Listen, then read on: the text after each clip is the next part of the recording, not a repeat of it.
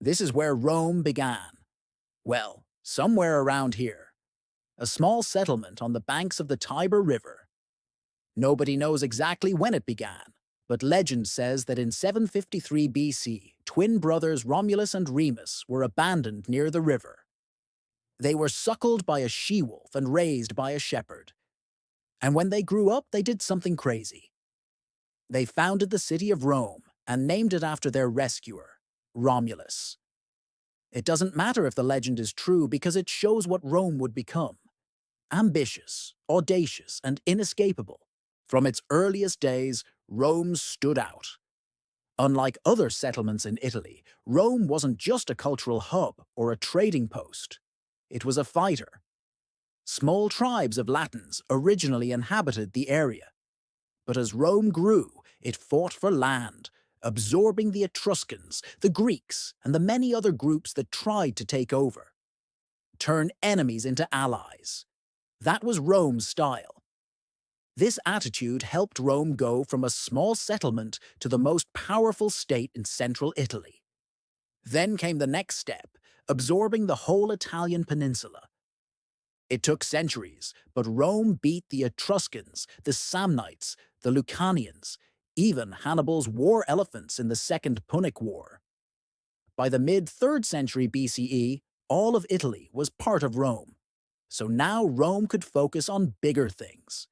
Rome went from a small settlement to the most powerful state in central Italy to conquering the entire Italian peninsula. It wasn't easy, but Rome had some advantages. First, there was its government. Rome started as a monarchy, a kind of government where one person has supreme power. But in 509 BCE, the Romans overthrew their king and set up a republic, a form of government where officials are elected by citizens. Now, don't get me wrong, this didn't mean freedom and democracy for everyone. Only a small percentage of Romans could vote. Women couldn't vote at all. But Rome's elected officials made it different from other governments.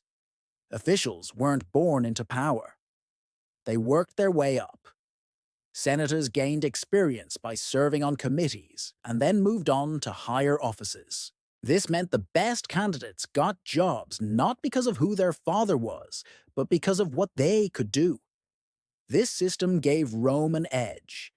As Rome grew, it needed good leaders to run it, and the Republic gave Rome plenty of them. Second, Rome had a strong military. Rome created a professional army with set ranks and rules. Soldiers served for years and followed orders from their commanders. By 264 BC, Rome had 4,500 pairs of soldiers ready to go.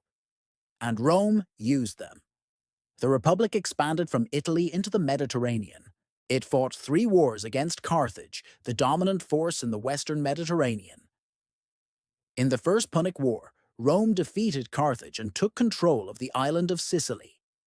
In the Second Punic War, Rome sent its general Scipio Africanus to North Africa. There, he defeated Hannibal and ended his threat forever. After that, Rome and Carthage were in a stalemate. But after a few decades, Rome attacked again. This time, Rome took control of the Western Mediterranean. The Third Punic War destroyed Carthage and Rome won. Rome's victories in the Punic Wars made it the most powerful state in the Mediterranean. It stretched from Spain to Greece and into the Balkans. Rome also built infrastructure to keep its far-flung territories together. Rome built 40,000 miles of roads. They linked distant provinces and allowed troops and traders to move quickly. Also, Rome built aqueducts to bring water into cities. These engineering marvels brought fresh water into Rome and made life in the city better. All these accomplishments happened during the Late Republic, the last period of Roman history before the Empire. Rome's victories abroad led to prosperity, but it also caused problems. As Rome grew, so did inequality and corruption. The rich got richer, and the poor got poorer. Meanwhile, provincial administrators exploited their jobs for personal gain. Then there were the generals. Some of them, like Marius and Sulla, took advantage of the Republic's weaknesses and seized power. They fought civil wars and plunged Rome into chaos. Finally, along came Julius Caesar. He was the most brilliant general of his time. He conquered Gaul, modern France, and returned to Rome as a hero. In 49 BC, he seized power and ended the Republic. For 5 years, Rome basked in the Pax Romana, a period of peace and prosperity under Caesar's rule. But Caesar's enemies assassinated him in 44 BCE.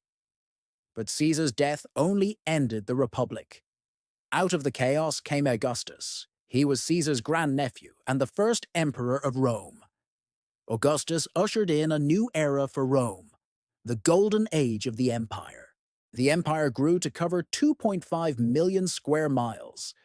That's about 6.5 million square kilometers. It included parts of Europe, Asia, and Africa. Rome even pushed into Germania, modern Germany, and annexed parts of it. The empire had good borders. Rome's legions fiercely protected the empire from invaders, and trade flourished throughout the empire.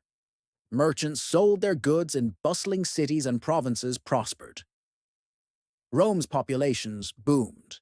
At its peak, Rome ruled about 50 million people, about half the world's population. People throughout the empire shared a common culture, language, and customs. Latin became the common language of the empire. Trade and travel were easier because of the Pax Romana. Life was good for many people in the Roman Empire. And Rome built amazing monuments to show off its wealth and power. The Colosseum, the Pantheon, the aqueducts, and the Roman roads symbolized Rome's achievement. Rome's prosperity lasted for centuries, but it had its problems. The Pax Romana ended in 180 CE. That year, the Emperor Commodus came to power. He was irresponsible, corrupt, and cruel. His excesses drained the treasury and upset the provinces. Soon after Commodus died, the empire suffered through the crisis of the 3rd century. A series of weak emperors and civil wars nearly destroyed Rome. Things got so bad that in 284 CE, Emperor Diocletian split the empire into 2 halves. The East Roman Empire was based in Constantinople, the capital of the eastern provinces. The West Roman Empire was centered in Rome. Now 2 empires instead of 1. Did this help? Well, yes and no. Splitting the empire saved it in the short term, but in the long run, it led to the decline of the West. In the 4th century, Rome faced dangerous enemies. Germanic peoples known as Goths migrated into the empire and settled in the Balkans. Soon, they were pressing against Rome's borders. In 378, the Goths crushed Rome's army at the Battle of Adrianople. Rome's defenses were in sharp decline. To fix the borders, Emperor Theodosius I enlisted barbarians. He gave them land and titles and put them in charge of defending Rome's borders. It worked for a while, but these foreign soldiers were uncivilized and often cruel. In 410, a Gothic general named Alaric sacked Rome. The news shocked the empire. Rome had been sacked by barbarians. Was this the end? Well, not quite. Rome recovered and kept going for another 65 years. But Rome never really recovered from its defeat. In 455, the Visigoths sacked Rome again. Finally, in 476, the Western Roman Empire collapsed. The last Western emperor, Romulus Augustulus, was deposed by a German soldier named Odoacer. Now the Western Roman Empire was finished. But wait, the Eastern Roman Empire, also known as the Byzantine Empire, lasted another 1,000 years. And Rome's influence lived on. Roman law inspired modern legal systems. Roman language evolved into French, Spanish, Italian, and Portuguese. Roman architecture influenced builders for centuries. But Rome's legacy is more than buildings and laws and languages. Rome's rise and fall teaches us lessons about history and ourselves. Its successes show how organized effort can build great things. Its failures warn us about the dangers of unchecked power. Rome also reminds us that even great empires can fall. When the Western Roman Empire fell, people thought civilization was ending. But Rome didn't end anything.